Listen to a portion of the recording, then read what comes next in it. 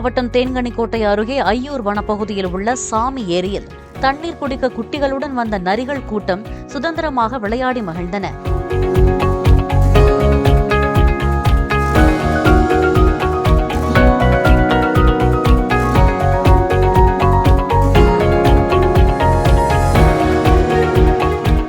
ஏரியில் நரிகள் கூட்டம் நிற்பதை பார்த்த வாகன ஓட்டிகள் மற்றும் பொதுமக்கள் தங்களது செல்போன்களில் அதனை வீடியோ எடுத்து ரசித்தனர்.